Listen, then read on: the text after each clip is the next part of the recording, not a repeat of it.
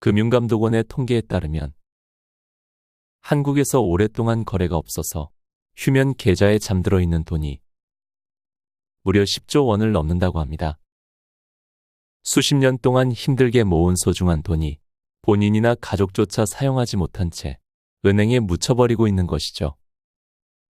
이런 문제의 가장 큰 이유는 바로 금융실명제와 개인정보보호법 때문입니다. 본인이 아니면 심지어 배우자나 자녀라도 본인의 돈을 마음대로 꺼낼 수 없도록 법으로 엄격히 제한되어 있기 때문입니다. 그렇다면 여러분께 여쭤보고 싶습니다. 만약 내가 갑자기 치매에 걸리거나 사고로 쓰러져서 정신을 잃게 된다면 내가 평생 모아온 내 돈은 어떻게 될까요?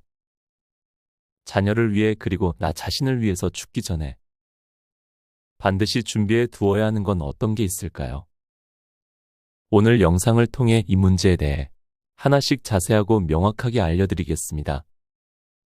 마지막까지 잘 들어주시고 소중한 내 돈과 가족의 미래를 꼭 지키시길 바랍니다.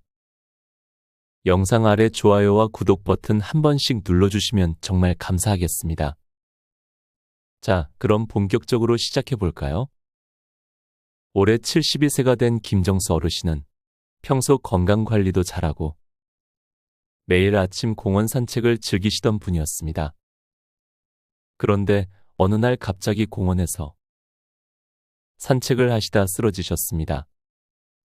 급하게 병원으로 옮겨졌지만 의식이 없었고 치료비로 당장 큰 돈이 필요했어요.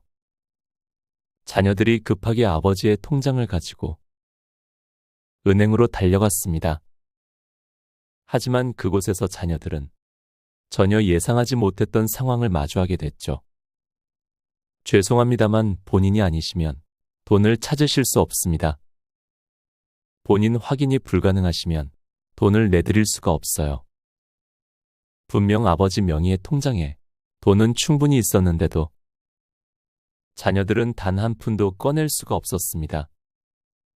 결국 급한 병원비를 마련하지 못해 자녀들이 여기저기에서 돈을 빌려야만 했습니다. 실제로 지금 이 순간에도 이런 일이 대한민국 곳곳에서 벌어지고 있습니다. 왜냐하면 우리나라에서는 1993년부터 금융실명제라는 제도가 시행되었기 때문입니다. 이 제도는 돈을 보호하는 데는 큰 도움을 주지만 뜻하지 않게 가족들에게 커다란 벽이 되기도 합니다. 예를 들어 배우자나 자녀가 이건 내 아버지 통장이에요. 아버지가 지금 병원에서 의식이 없으신데 치료비로 긴급히 필요해서 그래요 라고 은행에 찾아가 말해도 직원들은 이렇게 말할 수밖에 없습니다. 죄송합니다. 가족이라고 하셔도 예금주 본인이 오시지 않으면 돈을 내드릴 수가 없습니다. 법적으로 그렇게 정해져 있습니다. 게다가 가족이 급히 병원비를 마련하려면 은행에서는 복잡한 서류들을 요구합니다. 위임장, 가족관계 증명서, 인감증명서 같은 여러 서류를 준비해야 하는데 상황이 급한 가족들 입장에서는 답답하기만 하죠. 심지어 치료가 아닌 장례비를 마련하려고 해도 마찬가지입니다. 실제로 이런 서류들을 준비하는 동안 환자가 위급한 상황에 처하거나 장례 준비가 늦어져 가족들이 큰 어려움을 겪기도 합니다. 또 여러분이 오랫동안 거래하지 않은 통장이 있다면 더 큰 문제를 겪을 수도 있습니다. 바로 휴면 계좌라는 것 때문입니다. 휴면 계좌란 통장 거래가 1년 이상 전혀 없거나 예금 만기일이 지났는데도 찾아가지 않은 계좌를 말합니다. 이렇게 되면 일반적인 방법으로는 더 이상 돈을 꺼낼 수가 없고 여러분이 직접 은행 창구에서 꺼내려고 해도 복잡한 절차를 거쳐야 합니다. 많은 어르신들이 이런 휴면 계좌에 대해 모르십니다. 특히 기억력이 예전 같지 않은 상태에서 오래전 만들었던 통장을 잊어버린 경우가 많죠. 그래서 자녀들도 부모님이 이런 통장을 갖고 계신지조차 모르는 경우가 허다합니다. 그렇다면 휴면 계좌로 넘어간 내 소중한 돈은 어떻게 해야 찾을 수 있을까요? 거래가 없어 휴면 계좌가 된 돈은 서민금융진흥원에서 관리하고 있습니다. 따라서 여러분이 은행에 찾아가서 돈을 찾으려면 일반 창구에서는 바로 찾을 수 없습니다. 대신 서민금융진흥원에 직접 신청을 해야 내 돈을 다시 돌려받을 수 있습니다. 방법은 다음과 같습니다. 첫째, 서민금융진흥원의 휴면예금 조회 사이트를 통해 내 명의로 된 휴면 계좌가 있는지 직접 확인할 수 있습니다. 인터넷이 어려운 분들은 가까운 은행 지점에서 직원에게 문의하면 직원이 직접 확인해 줍니다. 둘째, 휴면 계좌에 내 돈이 있다는 사실을 확인했다면 본인의 신분증을 가지고 서민금융진흥원 또는 해당 은행 지점을 방문하여 신청서를 작성하면 됩니다.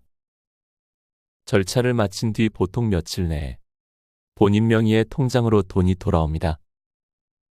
중요한 것은 이런 절차가 복잡하고 시간이 걸릴 수 있다는 점입니다. 그래서 미리미리 휴면 계좌 여부를 확인하고 정리해 두시는 게 정말 중요합니다.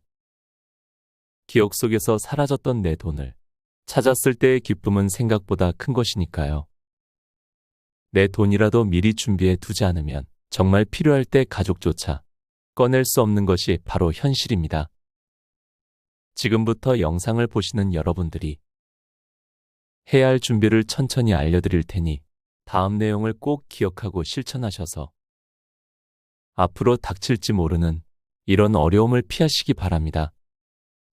지금부터는 긴급한 상황에서 내 돈을 가족들이 잘 꺼내 쓸 수 있는 구체적인 방법들을 하나씩 알려드리겠습니다. 첫 번째, 가장 손쉽게 활용할 수 있는 방법이 바로 가족을 위한 금융대리인, 즉 위임장을 활용하는 방법입니다. 금융대리인이란 간단히 말해 내가 건강하고 정신이 맑을 때 미리 지정해 놓는 나를 대신해 은행 업무를 봐줄 사람입니다. 보통 배우자나 자녀를 미리 지정해 두게 되는데요. 이렇게 해놓으면 내가 갑자기 병원에 입원하거나 의식을 잃었을 때 가족이 은행에서 내 돈을 찾을 수 있습니다. 하지만 이걸 이용하려면 미리 준비를 해 두셔야 합니다. 방법은 간단합니다. 건강하실 때 직접 은행에 가셔서 가족에게 금융 업무 위임장을 작성하고 싶다고 말씀하시면 됩니다. 이때 반드시 필요한 서류는 다음과 같습니다. 본인의 신분증, 대리인으로 지정할 가족의 신분증, 본인의 인감증명서. 이 서류들을 들고 은행 창구에서 안내를 받아 작성하면 됩니다. 은행마다 조금씩 절차가 다를 수 있기 때문에 미리 전화로 절차를 확인하고 방문하시는 게 좋습니다. 반드시 미리 은행에서 절차를 확인하고 준비하세요. 두 번째, 은행들의 긴급 자금 인출 제도를 활용하는 방법입니다. 예전에는 어르신들이 갑자기 의식이 없거나 몸을 움직이지 못하면 가족들이 돈을 꺼내기가 정말 어려웠습니다. 하지만 2023년 4월부터는 많은 은행들이 이 부분을 개선해서 예금주가 직접 은행에 가지 못하는 경우 가족이 요청하면 병원으로 바로 돈을 보내주는 제도를 시행하기 시작했습니다. 실제 사례를 하나 들어보겠습니다. 최근에 75세 이영자 어르신이 뇌졸중으로 쓰러져 의식이 없으셨는데 가족들이 병원비가 없어 곤란한 상황이었죠. 하지만 가족이 은행에 상황을 설명하자 은행에서는 병원으로 바로 돈을 이체해 주었습니다. 가족들은 복잡한 서류를 준비하지 않아도 병원비 문제를 빠르게 해결할 수 있었죠. 이렇게 편리한 제도가 있지만 주의하셔야 할 부분이 있습니다. 바로 은행마다 이 제도의 시행 여부와 절차가 조금씩 다르다는 겁니다. 따라서 내가 거래하는 은행에 미리 전화해서 혹시 긴급 상황에서 병원비를 직접 보내주는 제도를 시행하고 있나요 하고 꼭 문의해 보시기 바랍니다. 마지막으로 꼭 추천드리고 싶은 현실적인 방법은 바로 신탁 제도를 이용하는 것입니다. 신탁이라고 하면 많은 분들이 부자들이나 쓰는 제도 아닌가라고 생각하시는데 사실 요즘은 일반인들도 아주 쉽게 소액으로 신탁 상품을 이용할 수 있습니다. 쉽게 설명드리면 신탁이란 내가 건강할 때 내 돈을 은행에 맡기고 내가 나중에 아프거나 의식이 없을 때 이 돈을 우리 아들이나 딸이 내 치료비로 쓰게 해주세요 라고 조건을 미리 정해 놓는 겁니다. 68세 김숙자 어르신은 얼마 전 은행에서 500만 원짜리 소액 신탁 상품에 가입했습니다. 가입할 때 내가 만약 병원에서 진단서를 제출해 입원하게 되면 내 아들이 이 돈을 병원비로 바로 꺼내 쓸 수 있게 해달라고 설정했죠. 덕분에 김숙자 어르신은 언제 갑자기 아프더라도 병원비 걱정을 덜게 되었고 자녀도 혹시 모를 상황에 안심할 수 있게 되었습니다. 이처럼 신탁을 활용하면 병원비뿐 아니라 간병비, 생활비로도 자녀가 쉽고 편리하게 돈을 사용할 수 있습니다. 은행에 방문하시면 직원이 여러분 상황에 맞는 신탁 상품을 친절히 안내해 드릴 테니 부담 없이 한번 상담받아 보시길 권장합니다. 여러분, 중요한 것은 갑작스러운 상황에서 허둥지둥하지 않고 가족들이 어려움 없이 내 돈을 사용할 수 있게 미리 준비하는 것입니다. 지금 알려드린 금융대리인 위임장, 은행의 긴급자금 제도, 신탁 중에서 여러분께 맞는 방법을 하나라도 꼭 실천하시기 바랍니다. 이제부터라도 준비하시면 여러분과 가족 모두 마음 편하게 미래를 대비하실 수 있습니다. 여러분, 이제는 노후를 위해 돈을 어떻게 관리할지 현실적으로 고민해 봐야 할 때입니다. 특히 60대가 넘어가면 돈 관리 방법도 달라져야 합니다. 제가 지금부터 꼭 기억하셔야 할 방법들을 친절하게 알려드릴 테니까 잘 들어보세요. 첫 번째로 가장 중요한 것부터 말씀드릴게요. 바로 집안에 현금을 보관하지 말아야 한다는 것입니다. 많은 어르신들이 내 돈은 은행보다 집에 현금으로 보관하는 게 안전해라고 생각하시죠. 하지만 정말 그럴까요? 박동수 어르신의 사례를 한번 들어보세요. 박동수 어르신은 은퇴 후 받은 퇴직금과 연금 중 일부를 현금으로 찾아 집안 곳곳에 숨겨두셨습니다. 은행은 믿을 수 없다. 내 손에 잡히는 돈이 제일 안전하다고 생각하셨던 거죠. 그러던 어느 날 부엌에서 갑자기 불이 나고 말았습니다. 다행히 큰 화재는 아니었지만 문제는 부엌 서랍에 숨겨두었던 현금 500만 원이 모두 타버린 겁니다. 불에 탄 현금을 들고 은행을 찾아갔지만 직원은 이렇게 말했습니다. 이렇게 많이 손상된 지폐는 일부만 교환이 가능합니다. 나머지는 손실로 처리될 수밖에 없습니다. 박동수 어르신은 평생 모은 돈의 일부가 한순간에 사라지는 것을 보고 큰 충격을 받았습니다. 그제서야 어르신은 집안에 현금을 보관하는 것이 얼마나 위험한지 깨닫게 되었죠. 여러분도 이런 상황을 피하려면 현금을 집에 두지 말고 꼭 은행에 맡기셔야 합니다. 은행은 여러분의 돈을 1인당 최대 5천만 원까지 예금자 보호 제도로 안전하게 보호하고 있습니다. 설령 은행이 망하는 일이 생겨도 국가가 5천만 원까지는 무조건 돌려준다는 의미입니다. 그러니 돈을 현금으로 보관하는 위험한 습관은 오늘부터 당장 바꾸셔야 합니다. 두 번째, 노후에 꼭 필요한 금융상품을 활용하는 것입니다. 여러분 혹시 CMA 통장이라는 말을 들어보신 적 있으신가요? CMA 통장은 일반 예금 통장과 비슷한데 더 높은 이자를 주고 자유롭게 돈을 넣고 뺄 수 있는 상품입니다. 생활비나 병원비 등으로 자주 돈을 써야 하는 어르신들에게는 정말 유용한 통장입니다. 하루만 맡겨도 이자가 붙기 때문에 일반 입출금 통장에 돈을 두는 것보다 훨씬 효율적입니다. 그리고 또 하나 추천드리고 싶은 것이 ISA 계좌라는 금융상품입니다. ISA 계좌는 여러 금융상품을 하나로 묶어서 운영하는 통장인데 정부가 세금을 거의 내지 않도록 혜택을 주는 상품입니다. 또 미리 설정해 놓으면 자녀가 나중에 간편하게 상속받을 수 있도록 설계할 수도 있어서 노후에 자산을 안전하게 관리하면서 자녀들에게 상속까지 쉽게 할 수 있는 아주 유용한 금융 상품입니다. 마지막으로 여러분께 알려드리고 싶은 현실적인 방법은 바로 정부의 복지 제도를 활용해서 생활비를 확보하는 것입니다. 여러분이 65세 이상이면 누구나 기초연금을 받을 수 있다는 거 아실 겁니다. 하지만 이 연금 외에도 다양한 정부 지원금과 노인 일자리 사업이 있다는 건 잘 모르시는 분들이 많습니다. 예를 들어 서울에 사시는 73세 최경호 어르신은 최근 동네 복지관에서 알려준 노인 일자리 사업에 참여하고 계십니다. 최경호 어르신이 맡으신 일은 초등학교 앞에서 아이들 등하굣길, 교통안전을 돕는 간단한 일이지만 한 달에 30만 원가량의 활동비를 받으시면서 생활에 큰 도움을 받고 계십니다. 최 어르신은 이렇게 말씀하십니다. 처음엔 큰 기대 없이 시작했는데 생활비에도 도움이 되고 아이들과 만나니까 기분도 정말 좋아졌어요.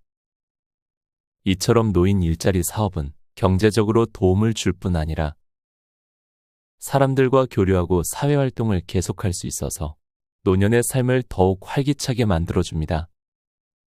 복지관이나 주민센터에 가시면 본인이 받을 수 있는 여러 가지 혜택과 일자리 정보를 친절하게 알려주니 꼭 한번 방문해 보시길 바랍니다. 여러분, 60대 이후의 자산 관리 방법은 절대 복잡하지 않습니다. 지금 알려드린 몇 가지 방법만 기억하시고 실천하시면 여러분의 노후가 훨씬 안정되고 행복해질 것입니다. 오늘부터 하나씩 천천히 실천해 보세요. 여러분, 지금부터 드리는 말씀은 정말 중요합니다. 바로 자녀들에게 내 재산을 안전하고 깔끔하게 넘겨주는 방법입니다. 첫 번째, 반드시 미리 준비하셔야 할 것은 바로 유언장과 자산 목록 작성입니다. 나는 재산이 얼마 안 되는데 유언장까지 써야 하나 생각하실 수도 있겠지만 사실 재산이 적든 많든 유언장은 꼭 필요합니다. 유언장이 없어서 자녀들끼리 싸우고 다투는 일이 실제로 정말 많습니다. 오히려 자산이 적을수록 가족 간의 갈등이 생기는 경우가 더 많아요. 유언장은 꼭 변호사의 도움을 받아서 작성하시는 게 좋습니다. 변호사가 도움을 주면 법적인 문제가 발생할 가능성이 거의 없고 가족들이 서로 갈등 없이 유산을 받을 수 있습니다. 최근 70대 이광수 어르신의 사례를 들어볼까요? 이광수 어르신은 얼마 전 변호사를 통해 유언장을 작성하셨습니다. 첫째 아들에게는 내가 사는 집을, 둘째 딸에게는 은행에 있는 현금을 준다라고 명확히 적어두었죠. 또 자산 목록을 자세히 작성해서 미리 두 자녀에게 나눠주셨습니다. 덕분에 나중에 상속 문제가 생겼을 때 두 자녀는 싸우지 않고 어르신의 뜻을 존중하며 원만히 합의할 수 있었습니다. 자산 목록이란 내 재산이 어디에 얼마씩 있는지 정확히 적어놓은 문서입니다. 이걸 자녀들과 미리 공유해 두면 자녀들이 나중에 복잡하게 서류를 찾거나 혼란스러워하지 않아도 됩니다. 무엇보다 미리 공유하면 서로 신뢰가 생기고 갈등을 방지할 수 있다는 큰 장점이 있습니다. 두 번째, 의료지 시서와 재정위임장을 미리 준비하는 것입니다. 혹시 의료지 시서를 들어보신 적 있으세요? 의료지 시서는 내가 갑자기 큰 병에 걸리거나 의식이 없을 때 치료를 어느 정도까지 받을지 미리 적어두는 문서입니다. 예를 들어 내가 의식이 없을 때 연명치료는 받지 않겠다. 혹은 모든 치료를 끝까지 다 받고 싶다. 이렇게 내 의사를 명확히 적어두는 겁니다. 또 재정위임장은 내가 사고나 질병으로 인해 의사결정을 하지 못할 때 자녀가 내 재산을 관리할 수 있도록 미리 권한을 주는 서류입니다. 이 재정위임장만 준비해 두셔도 자녀들이 갑자기 큰 돈이 필요할 때 긴급히 사용할 수 있게 됩니다. 이 두 가지의 서류는 변호사나 법률사무소를 방문하면 쉽게 작성하실 수 있습니다. 서류 하나만 미리 준비해 두면 내가 정신이 없을 때도 가족들이 혼란을 겪지 않고 내 뜻대로 차분히 해결할 수 있습니다. 마지막으로 사전 증여와 절세 전략에 대해서도 꼭 알려드리고 싶습니다. 여러분도 아시겠지만 나중에 자녀가 재산을 물려받을 때는 많은 상속세를 내야 합니다. 그래서 최근에는 생전에 조금씩 미리 자녀들에게 재산을 증여하는 분들이 많아졌습니다. 생전에 조금씩 자녀에게 재산을 증여하면 나중에 내야 할 상속세를 크게 줄일 수 있기 때문입니다. 예를 들어볼까요? 68세 정연수 어르신은 은퇴 후 남은 재산을 조금씩 미리 자녀에게 나눠주고 계십니다. 현행 세법에 따르면 자녀에게는 10년마다 최대 5천만 원까지 세금 없이 증여할 수 있는 혜택이 있습니다. 그래서 정 어르신은 이 방법을 활용해 지금부터 조금씩 자녀에게 증여하고 계신 거죠. 이렇게 미리 증여하면 어르신이 나중에 돌아가신 후 자녀들이 내야 할 세금을 크게 아낄 수 있습니다. 자녀들에게 현금을 바로 주는 것이 불편하다면 보험 상품이나 신탁 상품을 활용하는 것도 좋은 방법입니다. 보험금을 통해 증여하면 세금도 절약되고 자녀가 편리하게 받을 수 있습니다. 중요한 건 사전 증여를 할 때는 금액과 방법을 미리 변호사나 세무사와 상담하고 결정하는 게 좋다는 겁니다. 내 상황에 맞는 방법을 선택해야 세금도 줄이고 자녀들도 편안히 받을 수 있습니다. 여러분, 죽기 전에 자녀를 위해 미리 준비하는 게 절대 어렵지 않습니다. 유언장과 자산 목록을 준비하고 의료지 시서와 재정 위임장을 작성하고 간단한 사전 증여 전략을 활용하면 됩니다. 오늘부터라도 하나씩 준비하셔서 가족과 함께 편안한 미래를 만들어 보시길 바랍니다. 여러분, 지금까지 돈 관리에 대해 많은 말씀을 드렸는데요. 사실 노후를 준비할 때 돈만큼 중요한 것이 바로 건강과 사람들과의 관계입니다. 돈이 아무리 많아도 건강이 없거나 주변에 함께할 사람이 없다면 노후는 결코 행복할 수 없기 때문이죠. 먼저 건강 관리부터 이야기해 볼까요? 아까 앞에서 말씀드렸던 박동수 어르신의 이야기를 다시 한번 꺼내 보겠습니다. 박 어르신은 얼마 전까지만 해도 건강 문제로 경제적 어려움을 겪으셨습니다. 약값이나 병원비가 계속 들어가다 보니 생활비는 점점 빠듯해졌죠. 그런데 박 어르신이 복지관에서 만난 의사 선생님의 조언을 듣고 매일 간단한 건강 관리를 시작하셨습니다. 그 건강 관리 방법은 특별한 게 아니었습니다. 매일 아침 동네 공원에서 가볍게 걷기 운동을 시작한 거였죠. 처음엔 걷는 것이 쉽지 않았지만 매일 꾸준히 하다 보니 점점 체력이 좋아졌습니다. 처음 10분 걷기도 힘들었지만 이제는 40분 이상을 꾸준히 걸으실 수 있을 정도로 건강이 좋아지셨어요. 또 식습관도 바꾸셨습니다. 예전에는 편하게 드실 수 있는 라면이나 인스턴트 음식 위주로 드셨는데 복지관에서 만난 영양사의 조언대로 채소와 단백질이 풍부한 음식을 위주로 식사를 바꾸셨죠. 이 두 가지의 습관만으로도 놀라운 변화가 생겼습니다. 박 어르신은 이렇게 말씀하십니다. 예전엔 병원에 자주 갔었는데 꾸준히 걷고 식단을 바꾸니까 정말 병원 갈 일이 확 줄어들었어요.